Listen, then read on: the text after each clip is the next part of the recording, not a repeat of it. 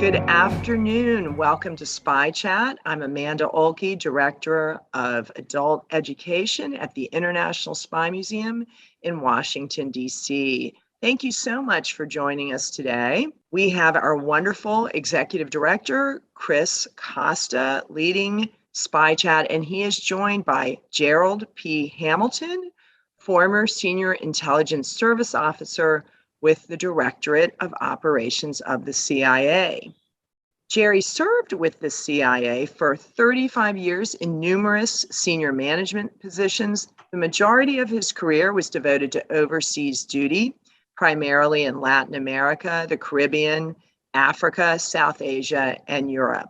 He is a recipient of the Distinguished Career Intelligence Medal, the National Clandestine Service Career Medal, and 2 Donovan Awards for exceptional performance. Jerry held assignments at CIA headquarters at the office, director, and division chief level, and was appointed by former CIA Director Leon Panetta as the first director of the Employee Resource Center within the agency, and he is also on our Spy Museum board. Now, before I turn this over to Chris, I want to thank our amazing donor, Lisa Martin, who is the founder and president of Embrace Communications and member of the Spy Museum Board of Directors.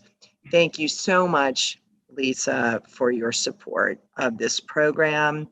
And now, enough from me and over to you, Chris. Hey, Amanda, as always, thanks for the great introduction, and thanks for calling out Lisa Martin and for her support to the International Spy Museum. So there is so much going on that I've been very much looking forward to doing Spy Chat today with Jerry. So I'd like to jump in with both feet. The first story that I'm tracking that got my attention is just the reshuffling of priorities in terms of troop deployments for the United States to bolster NATO's eastern flank. In other words, the United States was fully prepared in the past decade or so to pivot over time and put more forces in Asia and have less forces forward deployed. Now, in terms of what's happening on the ground between the Russians and the Ukrainians, the United States has to make some tough choices.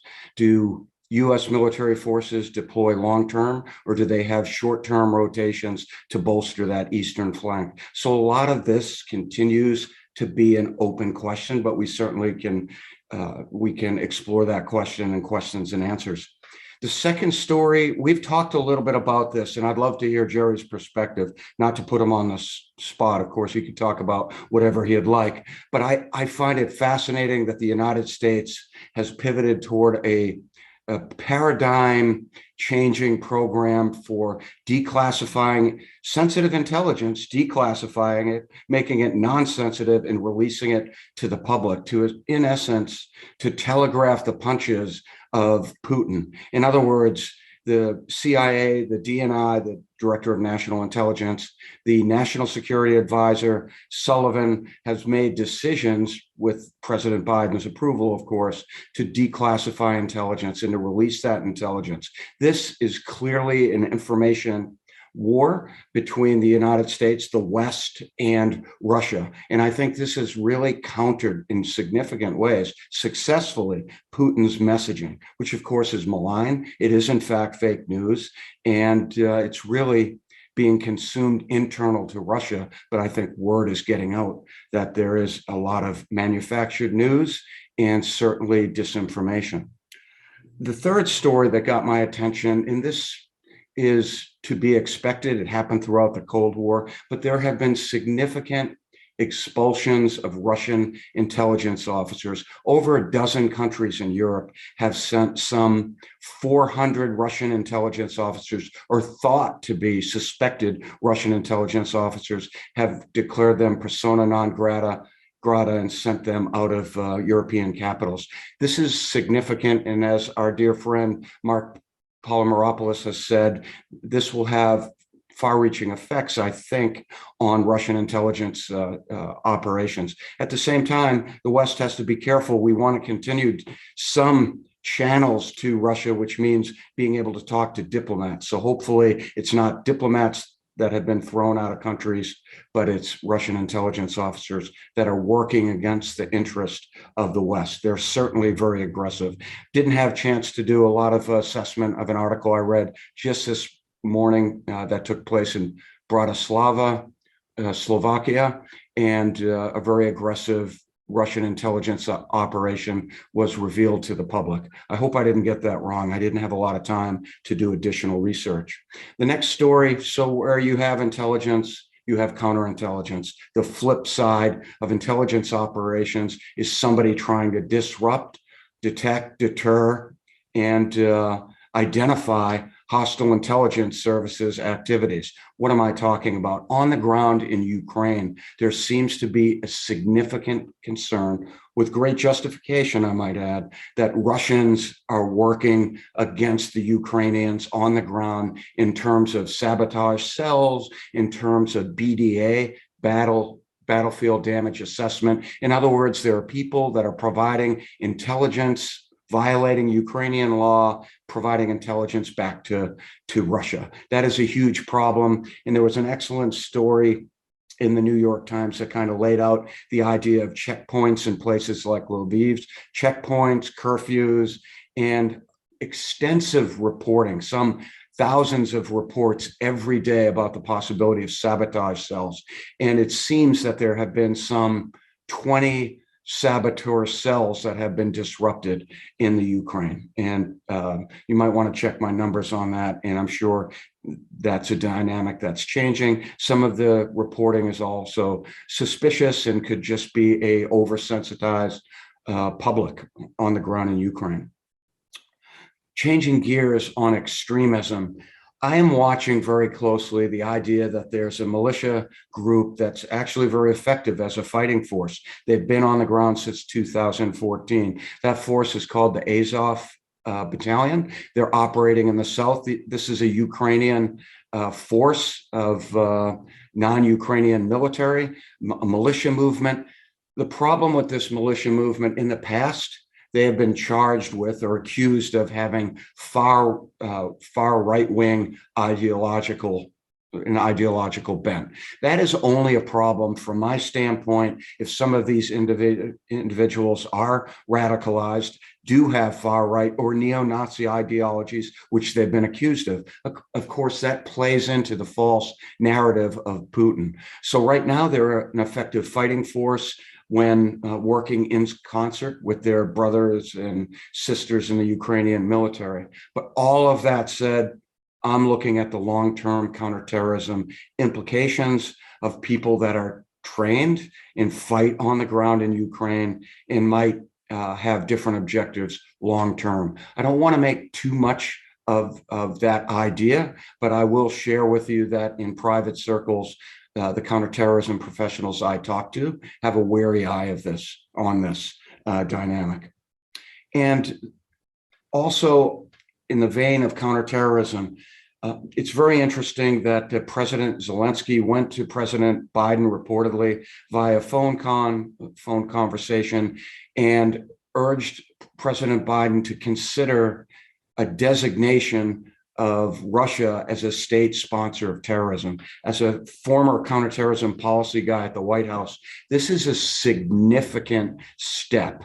And I think it's well worth the time of policymakers in the State Department and the White House National Security Council to look very closely at the possibility of designating Russia as a state sponsor of terrorism. Why? Because they're indiscriminately terrorizing the population on the ground in Ukraine, meaning deliberately targeting civilians. This is not only a problem in war crimes, potentially genocide, but also it can fall under the rubric of terrorism. All of that said, this sanction, the designation of Russia as a foreign terrorist organization or a state sponsor of terrorism, that would line them up with Cuba, Syria, Iran, North Korea, and that is a nuclear option in terms of sanctions. But I am very interested in watching this and continuing to engage informally with the people I know that are working through some of these issues. And last, story, and certainly not least, is very important to me and our friends as part of Spy Chat. We've talked frequently about unlawfully detained U.S. citizens or Western citizens being held hostage by China, etc. But we've also talked about U.S. citizens and Western hostages held by terrorists. And we've talked very specifically about a case, the Beatles case, where a cell of British individuals, 3 of them specifically, one was Jihadi John, another individual pled guilty, and the third is an individual by the name of, gosh, the name escapes me right now, I should know. El Shaikh, yes, sorry. El Shaikh was a cell that captured American citizens, James Foley, Steve Sotloff, Peter Kassig, and of course, Kayla Mueller. These Britons held Western hostages, tortured Western hostages. El Shaikh pleaded not guilty in a trial in the United States. I had an opportunity to sit in that trial and see justice prevail. That's what the families of Kayla Mueller, Stephen Sotloff, James Foley, and Peter Kassig wanted. They wanted El Shaikh to face justice in the U.S. justice system. So El Shaikh will, he's already faced a jury. He was found guilty of torture, mistreating these Americans. And I should point out, 3 of those Americans were beheaded, all the males, and Kayla Mueller died. We're not sure what the cause of death was, but it was senseless. She was, in fact, killed, and she was also sexually assaulted by al-Baghdadi. Much of that has played out in the media for the last couple of years, and it's important that the families get the word out that justice did prevail in terms of El Shaikh. So I encourage you to look in the newspapers for the final sentencing. I expect that El Shaikh is going to go to jail for the rest of his life. So all of that said, I have a book recommendation. There's no good transition to the book, but I will tell you that the book I recommend is a book. It's a tome. It's a tough one to get through in some ways, but I think it's absolutely outstanding. It's on the French resistance, and we'll post who the author is because I can't pronounce her name. So I am done, and I am anxious to hear from Jerry and then take questions. Well, thank you, Chris. And it's a pleasure to be here today and to join you in this Spy Chat. I won't be long. I mean, we'll get into, I guess, some Q&A later, but the things that I've been tracking tend to follow exactly along with the things that you've alluded to. Of course, we're all following what's going on in the Ukraine, and we're following what's going on with Russia and so forth. The issues that sort of jump out at me and related to what you said earlier about declassification of information, I see this as a positive development.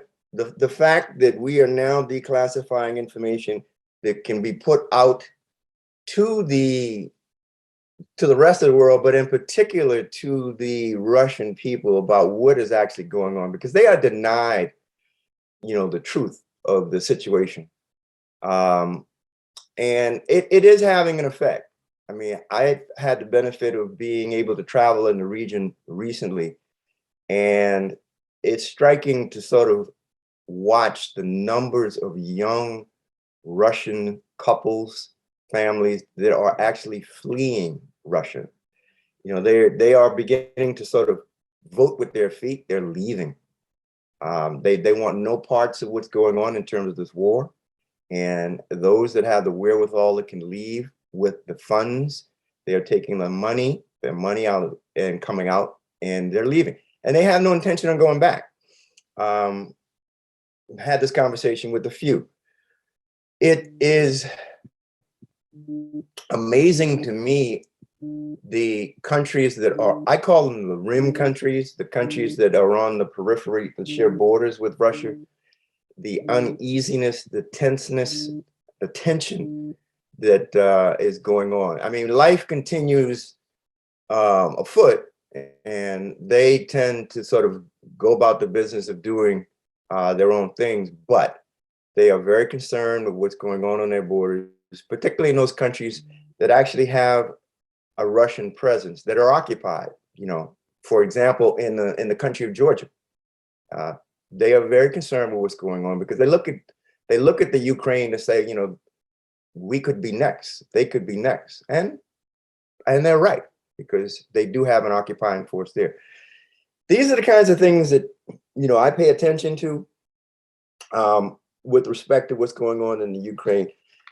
But we can get into it later. The other things that I follow more so are developments in Latin America, because that's where I spent most of my career, and the growing influence of China and what it means. Having watched the Chinese come in and just, you know, it's a quiet invasion. It's a quiet invasion that's going on in the Caribbean. We saw this in Africa, you know, what the Chinese will do. People will say, well, how will the Chinese do it? And we said they will steal the beach one grain of sand at a time. We've had two administrations that have paid some attention to China, but not nearly enough, in my estimation, in terms of what is going on in the world and how the Chinese are quietly eroding US influence in the region. Let me stop there and kick it back to you, Chris, because we can go through this. I mean, I have a list of things here too that I could talk about, particularly as they relate to China. But let me just stop it there, and then we can go back and forth. Yeah, Jerry, that's terrific laydown. Thank you very much. That's obviously why we invited you to be a part of Spy Chat, because of your vast knowledge and experience. Let's go ahead and take some questions from our guests to get things going, Amanda. Yeah, thank you. This is so interesting.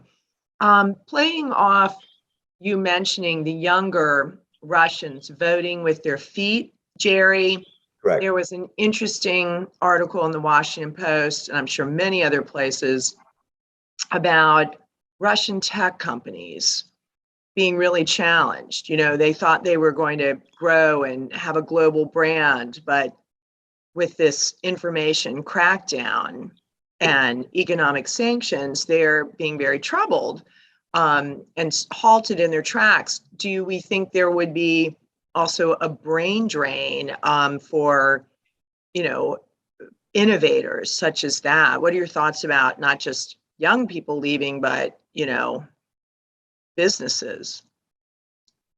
That's correct. I mean, you can see it in these countries that I was talking about, the rim countries, because a lot of the brain trust, you know, the innovators and so forth, they realize that there's no future for them if they stay in Russia with the current situation. You know, they are against the war. I mean, you know, they are about business, and they are leaving. One country that I was in just recently, they said they've had to add additional airline traffic just to bring out all of the people who are coming out. You know, they gave an incredible number, which I still find hard to believe. They said over a period of 3 weeks, there have been upwards of 50,000 that have come out. Now, that might be on the low end, it might be on the high end, but they are leaving. You know, those that have the wherewithal, the economic means to come out and establish businesses elsewhere, they are doing that. Chris, anything additional on that? I would just add on, this poses some threats for Western countries or wherever these Russians go, because frankly, Putin, this is Putin's war. It's his intelligence service. His entire apparatus is going to be focused on suppressing dissidents. Remember, he's tracked dissidents across the world and killed them. I'm not suggesting that he's going to go after young dissidents that leave the country dissatisfied, but he's already referenced them as being treacherous or traitors, and you know, they're trading in their citizenship, they're leaving Mother Russia, etc. I paraphrase. That means that it is, in fact, a direct threat threat to Putin's objectives. And the word's going to continue to get out that these malign activities are going to be constraining for the youth of Russia that really just wants a better way of life. They want the same opportunities, I suspect, that people do in the West. And word is going to continue to get out. So this is going to continue to be problematic for Putin's intelligence services and for Putin trying to control his message. And it's a malign message. And the people leaving know it. That's why they're leaving. So this is going to be a long-term problem. So not only is Russia diplomatically isolated, but they're being isolated culturally. And they have caused it, or Putin has caused it, I should say, certainly not the Russian people. So it's something, I like the points that Jerry makes, and I haven't been tracking the numbers of refugees, or people, I should say, that are leaving Russia, but I know that this has really, really upset Putin. So we have a variety of questions, but as you know, I try to lump them together. So I'm going to stay on Ukraine for a minute, but we have a much broader world, which is cool, because I thought they would all be questions about Ukraine. So this one just came in, but it's very fascinating. Given the importance of disinformation you referenced, have either of you noticed any new developments in the use of deep fakes to misdirect troop movements, promote propaganda, etc. during the Ukrainian invasion? Do you see new developments in this technology in general? So I can jump in there, and Jerry, I'd love to hear your perspectives. The bottom line is I have not seen any deep fakes identified, but just to underscore and reinforce, what that means and in the impact that a deep fake has on security, counterintelligence, counterterrorism.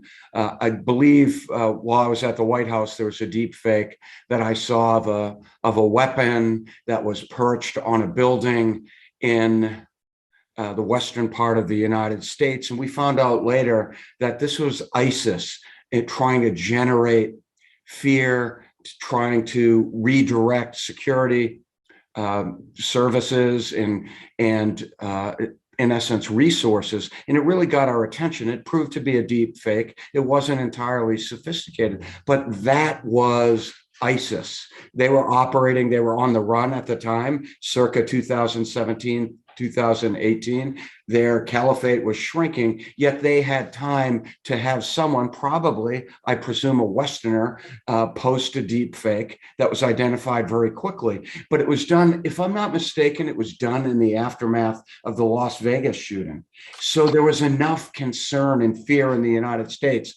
And then all of a sudden, ISIS just implied with a deep fake. There's a rifle, there's a building, and it was a real picture, and it was from somewhere in the west of the United States, and it implied that on that building, there might be a sniper. And of course, it was all contrived. So that's what we're talking about with a deep fake. Now, it is very, very likely that Russia has pulled from their toolbox not only deep fakes, but of course, mobilized bots and are trolling individuals and sowing disinformation on social media, because that's what Russia does. They have always done it. The difference is there's the internet and social media, and many countries are polarized and people are very concerned. So that's a recipe for a vulnerability. So I haven't seen it directly. That's a great question, but maybe Jerry has. No, Chris, I have not seen it. I have not tracked that. That's not to say that I discount that this is actually going on. It would not surprise me whatsoever. But, my former colleagues who are still actively employed and not retired like I am are probably monitoring that. And I would say this is something that, they would be on top of. Since I don't discuss things like that with them anymore, I have no access to, to anything that would confirm or deny what is going on there. But my personal opinion, yeah, it is probably. So we've got a lot of great deep spy questions. How do you feel about the intelligence coming out by the US and allies being via statements in social media about Russia's next move before they actually do it? This questioner said that they have read that many in the intel community are not happy about this speculation in the media. So go ahead, Jerry. No, I just thought that it tends to telegraph, what our plans and intentions are in terms of the next moves. So I share that their concern.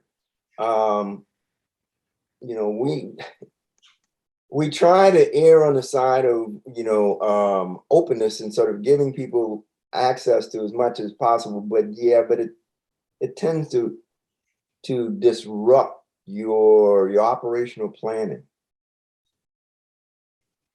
So I would just add, as I alluded to, I think that it's a brilliant use of intelligence. It's a paradigm change. It's consistent with what the DNI has talked about. The Director of National Intelligence has talked about our intelligence being overclassified, and she wants to declassify more. Now, that's not exactly what we're talking about here. We're talking about taking intelligence and revealing it or showing it to the world to telegraph Putin's punches. In other words, let's just unwind for a second, since we're doing really well on time. What is this idea of false flags? Well, it's the idea that Russia wanted a pretext on the border with Ukraine, a pretext for an invasion. The United States in particular, and the West more generally, agreed that revealing some intelligence and telegraphing to the world that, okay, Putin is getting ready to stage a false flag operation in eastern Ukraine, suggesting that there was a Ukrainian chemical attack against Russian-speaking Ukrainians in Ukraine. Therefore, Russia is coming to the rescue of aggrieved Russians that are being picked on by the Ukrainians. The United States began to declassify intelligence and to share that, so nobody was surprised if that played out exactly how the United States said it would play out. So I think it's a paradigm change. And of course, in some of the circles that I travel in and the people that I talk to, because I'm a lifelong learner, they disagree with me vehemently. But they're a couple generations older than me, if you can imagine that, right? And this is very uncomfortable because we grew up, and Jerry will attest to this, it's about protecting your sources and your methods. Now, I would suffice to say, I think that no human assets are at risk. That is the calculus that the Office of the DNI and the National Security Council have to assess. I imagine it is not human intelligence, it's technical intelligence. And there's a risk versus gain here. But I think it's a fascinating question, and I'm very supportive of it. I think it takes away a large part of Putin's playbook. And I think it's, as I said, I think it's a very good change in paradigm. This is a really interesting spy crafty kind of question. Is there a way to use covert microphones in this conflict? And would that audio received be admissible in a court of international law?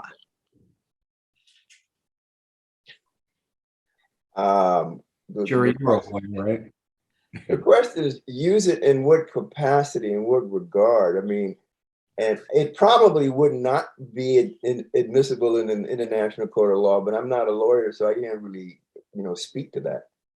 Yeah, I can't. I will try to mind meld with the questioner, and I think maybe he meant along the lines of, with war crimes. That's what I'm assuming, but I could be wrong. So what we are seeing, at least, publicly, and what we're hearing are some recordings that the Ukrainians, the SBU, I believe, their intelligence service, has revealed to the public. Similarly, with declassifying, they've likely taken, this is speculation on my part, their signals intelligence collection capability and done the risk versus gain that I talked about. And they've made a decision to publicize that, to publicize it so the public can hear that Russians are talking about atrocities on the battlefield. They're specifically talking about killing civilians. And we've heard some of this very dramatic video. Now, I don't know, from an evidentiary standpoint, if a court of law can use that at some point in time. But here's what I do know. I do know that there are investigators already on the ground and taking a good hard look at evidence of war crimes being committed on the ground in Ukraine. And frankly, justice is blind here. They're going to look at crimes committed by Ukraine or Russia. They don't care. But France, I just heard this morning, they have investigators on the ground. So the bottom line is, if there's a certain sector in where information was released, that will at least point investigators toward a place to find witnesses. So maybe the signals intelligence or the transcripts won't prove evidence in a court of law, an international court of law, but it will allow investigators to chase down leads. And I think that's really important. And again, I really credit the Ukrainians for publicizing that, to underscore the idea that Russia is violating international law and they're wantonly killing civilians very deliberately. I think commanders are going to be held accountable, Russian commanders. I would agree. This is an easy one because you'll agree or disagree. Is it true that 85% of Russians support Putin's war, or is that misinformation? I think that's misinformation because, I mean, where do we get that figure from? That's probably something that the Russians put out themselves, and it's not evidenced by what you see if you're traveling around in Europe and you speak to people who come out. What you tend to see are older generation, older Russians who are I think they're in denial. I mean, because this is just what they believe and what they've been fed. But those free-thinking, as I said, younger Russians who have the ability to travel and are mobile, they're not supporting this, not at all. And even if 85% was accurate, and I really can't attest to I can't, I don't know if those figures are true. I'm sorry. The bottom line is the decision made by the Russian public is based on flawed information. We know that because information's being filtered. So I wouldn't be surprised if it was 85%, but that's an 85% of the population, if it's accurate, that are hearing bad information that is being filtered by the Russian government. And I just read an account this morning, I think in the New York Times, that talked about a police officer that expressed concern about the war and suggesting that it was a lie. And now he faces 10 years in prison because of the new law that was just enacted about providing misinformation about the current security operation ongoing in the Ukraine, or the special operation, the euphemism that Putin is using for what is taking place on the ground. So I think we have to be really skeptical of any figures, and we also have to consider that the source of information is being filtered and controlled by the Russian government, and the population is nervous. Absolutely. What about, here is a suspicious mind as people leave Russia? Do we need to worry about them down the line as potential recruits for the Russian intelligence services? I'm not exactly sure what that question means. I think they're wondering now, all these folks are leaving Russia, but will they later on are they people that then can be tapped to share information with Russia? I mean, there's That always makes that there's always that possibility, but we have to see where these people are leaving and where they're coming to. You know, the greater concern would be whether whether people are coming in numbers to the United States, which I haven't seen any evidence of that, but you know, we'll see. Yeah, and I would answer it this way, and this is kind of a Cold War-esque answer or response to the question. I think I understand the gist from the our audience member, and I think it's an important question. At some level, when there are refugees, even remember how we talked in terms of some of the concerns about Afghans that were being sent to the West as a result of our withdrawal out of Afghanistan. Some number of those refugees might be radicalized down the line. They might become dissatisfied with their new life in Germany. I mean, I know Germans that are taking in Ukrainians. I know Germans that are taking in Afghans. And the bottom line is there are some concerns that at some point in time, somebody will become dissatisfied and some Afghan may become radicalized. A young individual that his dreams weren't mostly him, because it'll likely be a man just based on demographics of terrorists. But in terms of Russians, I think the people that are leaving, it is unlikely that they would then be receptive to a recruitment by Russia. But there's always a vulnerability, and this is what we were worried about throughout the Cold War, that they will have family members back in Mother Russia that the Russian government puts pressure on. And therefore, there is some leverage by the Russian government, the FSB, the SVR, the intelligence services to put pressure on an individual to spy for Russia. We know that happens routinely with China. We know that happens routinely with Iran.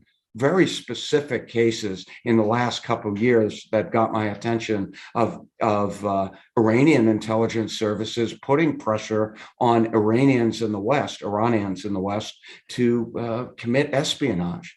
And that's because they hold their families hostage in a way back in the home country, Iran or Russia. So that is a possibility. But I think it's a possibility that's existed as long as we've had refugees throughout, certainly throughout last century. All right. Jerry, were you going to add something? Did I No. No. Yeah. So I think some of the people that come a lot know that there are a few people that we favor, and one of them is our very young friend, Rose. And Rose has a very interesting question. She says, "Good afternoon, Mr. Costa and Mr. Hamilton." And she is wondering about the comment you made earlier, Chris, about designating Russia as a state sponsor of terrorism. What would be the value of doing that? And what would the designation accomplish? Boy, Rose, that's a powerful question. Come visit us at the Spy Museum soon. We'd love to see you again. I think what it's going to accomplish, it's going to be a supra sanction. It's going to further limit business engagements with Russia. I mean, we're already doing that with conventional sanctions. All of a sudden, a state that deals directly with Russia from a business perspective is now dealing with a terrorist state or a state sponsor of terrorism. So think of it as a significant sanction. And just a little history for you. It really took me back to, well, very long time ago. When I remember there was a New Jersey state trooper that was killed by a extremist organization, a terrorist organization in the United States. One of the individuals that's still wanted by the FBI is in Cuba, and Cuba was taken off the terrorist list under President Obama. Cuba was put back on the terrorist list after I left the White House. I wasn't there to see some of the debates, but it was principally put back on the terrorist list because Cuba was harboring terrorists. That's a significant sanction. And you are now painting Cuba as a state sponsor of terrorism. And it all goes back. The logic was to putting more pressure on Cuba because there is somebody that killed a New Jersey state trooper in the 1970s or the 1980s. And the United States wanted to exact some justice for the family, et cetera. So I think it's going to put more pressure on not just Russia, but countries that want to do business with Russia. And there are a lot of details that I'm glossing over, Rose, but I think it's a really important option. And I think it needs to be studied very carefully. And I don't know how it's going to fall out. But it is, as I said, it's been characterized as the nuclear option of sanctions that are available. We also want to, just a final point, we want to be careful that we never politicize counterterrorism issues. Some would argue that Cuba was politicized. I'm not sure I agree with that, but we've got to be really careful that this is very measured because it's a really important tool that the U.S. government has, and it's going to alienate some businesses that have to engage with Russia. So we'll have to see how it plays out. But great question, Rose. Thank you. I don't know if you have any thoughts on that, Jerry. No, I just add a footnote to that. I mean, if you want to, Rose, if you want to sort of see what the benefit would be of having Russia designated as a sponsor of state terrorism, sponsor terrorism, just look at the Iran model. I mean, and what has happened to Iran in terms of being isolated. So it's basically doing the same thing, so then you relegate Russia to Iran status. And that would be crippling in its effect, business-wise. They become a pariah state more so than they are already now. But yeah. Given India's apparent neutrality and dependence on Russian arms and Russia's inability to service and send arms due to sanctions, is this an opportunity for America to sell arms to India and disrupt the relationship between India and Russia? I would have a quick answer to that. It would be an opportunity if the Indians would allow themselves to do it. And I'll leave it at that.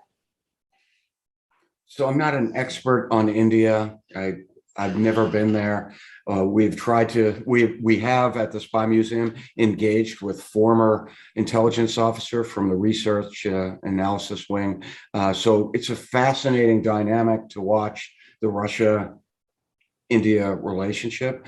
I would just make the point that India can be a significant potential ally to the United States to counterbalance a malign China in a very competitive environment. Certainly, we have to keep in mind that China and India have come to blows just in the past year or so. Mm-hmm. I believe, if I'm not mistaken, in the mountain region of northern India on the border with I'll leave it there because I don't want to misspeak, but I've seen some significant vicious short-term fighting. I would like to see India really help us isolate Russia. They can be a part of that, and certainly to counterbalance China. That's a big lift. It's been something that we've been working at for years to sort of nudge India along. It's swimming upstream. It's a tough battle. This guest wants to know regarding China, if China's awkward position in the Ukrainian conflict, will that impact their other global aims and activities? I think it just sort of camouflages it, because China will continue to do what China does, and to them this is probably somewhat of a distraction. It's causing a little more attention to them than they would like, but that's not going to stop China from its objectives in terms of continuing to advance through Latin America, continuing to gain more strength in Central America, undermining and decoupling the relationship that these countries have with Taiwan. I think if you look over the last 3 years, there were, I won't call them defections, but you've had 1, 2, 3, I think 4 countries now decouple their relationship with Taiwan in favor of Beijing.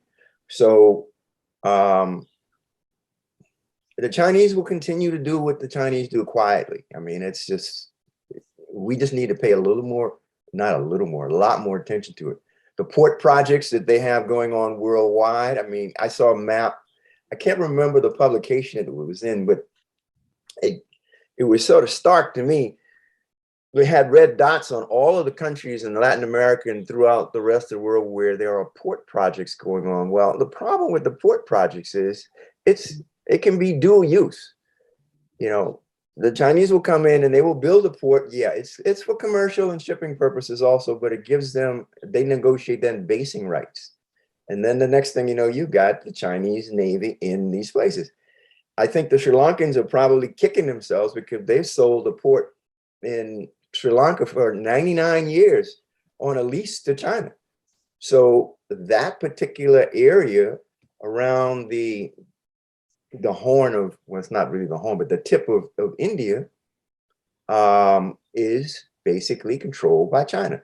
The same thing is happening. The Chinese have come in and they pretty much control both ends of the Panama Canal. It's just things that tend to fly under the radar. And by the time we pay attention to it, it's way too late. So, yeah. Yeah, I agree with everything Jerry said. I would just add that in terms of Ukraine, I truly believe that China might be having some buyer's remorse, and somebody else characterized that.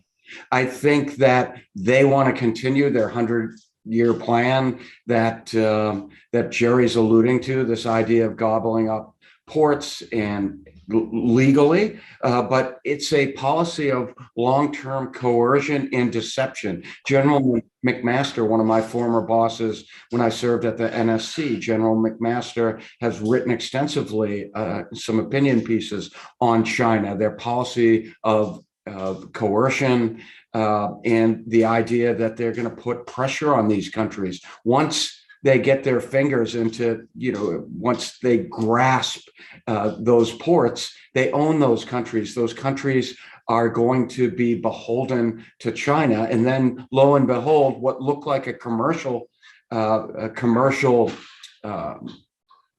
build of a port facility also has dual use for a military facility as well. That's happening in West Africa, and that's taken the U.S. by surprise, right, Jerry? And Absolutely. similarly, the United Arab Emirates. So this long-term approach to counterbalancing U.S. competition is going to continue to play out. In terms of Russia, I think that might be disruptive and might be a distraction for China. And they might be having some remorse, as I alluded to. Not my original idea, but I'm starting to believe that more and more. The Chinese do not have to be tethered to Russia. I think they are inextricably tied to the West for markets, and they don't want to reduce those markets. Supply chains can be disrupted as a result of this war with Russia. So I think China might find that their policy was humming along just fine without tethering themselves to Russia in terms of what's happening in Ukraine. So it's more of a liability. That's kind of my sense right now, my opinion. Yeah. All right. I agree.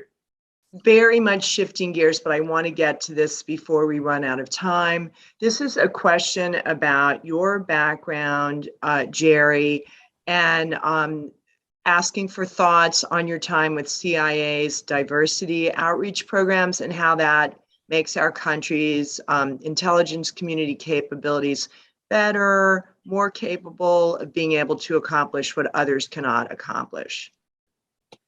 Yeah, and I saw that question. During my time when Director Panetta decided to expand our diversity outreach and so forth, we made a concerted effort to sort of go out to the various communities, colleges, universities, associations that represented various ethnic groups, because one of the things that he was passionate about was trying to make the agency more representative of the country that it serves. And I will agree with the statement where people say, when you have a diverse work population, you can accomplish more because there are certain things that you are just able to do better. The agency has struggled with this. They have struggled with it for a number of years. I think we're doing better. We're not doing great, but we're doing better in terms of minority recruitment and various recruitments among different ethnic pockets. And it's true. I mean, I have seen officers who are capable and able to do outstanding work solely based on their background. Because, we are not a one size fits all sort of, I'm speaking of we, I'm retired, I'll say that again, organization. So when you have diversity of thought and you have diversity of approaches, that's what you need.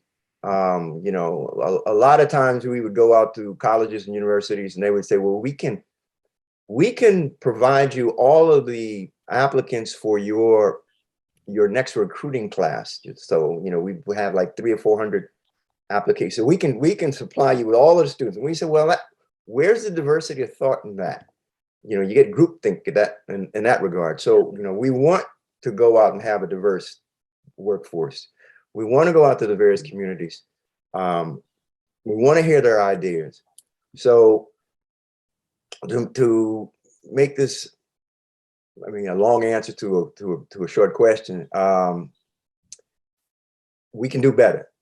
And I think there are efforts in place now, people in place that are working to ensure that we do better by going out to various communities and outreach. Outreach is what we have to do. So, yeah, hope that answers the question.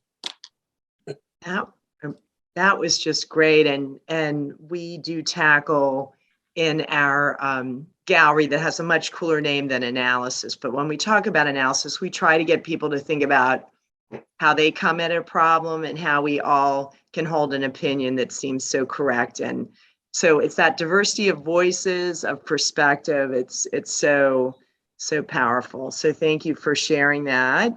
And I am excited to know you're looking at the questions too. So if I miss any that you are particularly into, you are allowed to ask yourself. But the next one I have queued up that I'm intrigued by is someone asking about the Russian private security company Wagner and their influence in Africa, the Middle East, and Ukraine, and how terrifying. I'm adding the terrifying. How do you feel about that? I can take that one on because I wrestled a little bit in the administration, again, a few years ago, with the idea of proxies operating in the same spaces, the same operational spaces that we were conducting counterterrorism operations. I had the same problem, Jerry. I keep saying we. Of course, when I say we, it really means the Spy Museum at this point. But I once in a while forget I'm not in the U.S. government. But when I served in the U.S. government, we were very, very concerned with proxies, like I said, Russians in particular, Russian proxies like the Wagner Group. I'm not sure if the Wagner Group specifically was on the ground in Syria when I was there, but there were certainly mercenaries, and irrespective of what their corporate imprimatur was, the bottom line is they were doing the bidding. They were surrogates for Russian military, and they're doing that on the ground in, pick a country in Africa like Mali, for example. I was actually going to talk a little bit about Mali today because a few years ago, there was an operation Operation Burkane. The French were conducting counterterrorism operations in partnership with the Malian government. They're not happy right now with the Malian government. I hope I'm saying that right. The government of Mali, because there's been essentially a military takeover of the government. The French said, we are done here supporting this particular government in Mali. And it was Wagner Group that has filled the gap. So we're talking about essentially mercenaries that are now on the ground, presumably conducting counterterrorism operations against variegated actors, bad actors, Al-Qaeda affiliates. The problem is they're killing wantonly, reportedly killing innocent Malian citizens. That is a huge problem. And that's just one example. We had the same thing with Wagner Group on the ground in Libya. Again, filling some gaps. The United States didn't have a footprint in Libya. We had foreign partners, and we watched very cautiously. We saw the Wagner Group becoming extremely aggressive in those spaces. So these kinds of private military operators, if you will, for lack of a better term, I think the term of art is PMI, but I forget what the entire acronym means. But these private military entities essentially are acting as surrogates for the Russian military. And of course, they don't fall under the rules of the laws of armed combat. They don't, subscribe to the Geneva Convention and those kinds of conventions. So they're not trained military professionals. So this will continue to be a problem for the United States, bumping into these kinds of organizations like Wagner Group.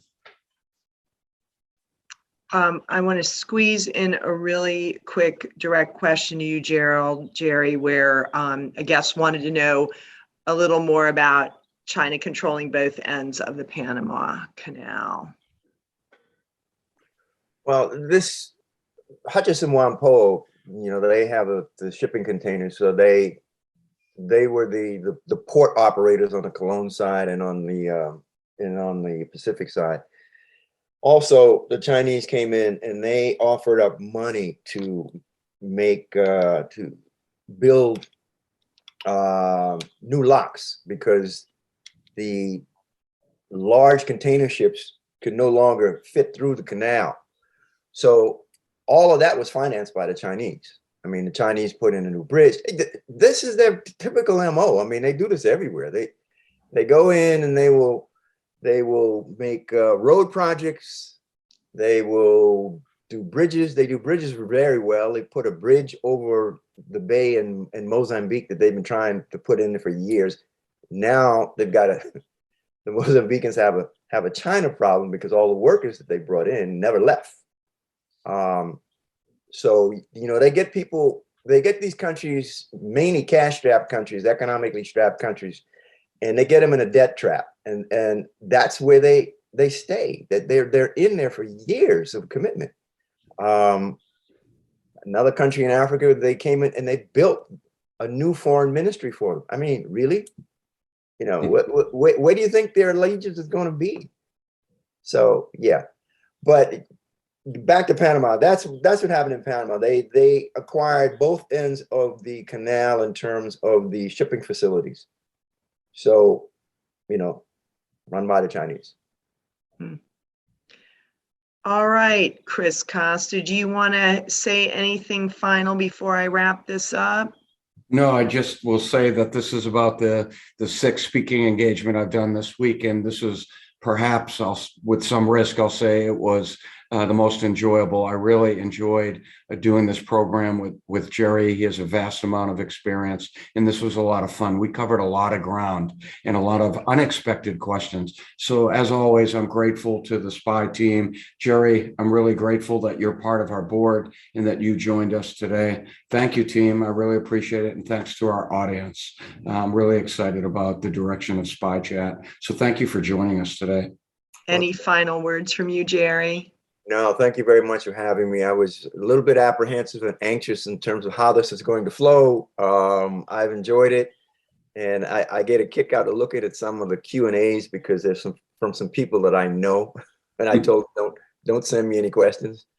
But no, I've enjoyed this and look forward to continuing working with the board. Well, I apologize to anyone whose question I didn't get to. We get a lot of questions, and so I try to organize them. Maybe if you're lucky, Jerry will write you a personal email if he saw your question.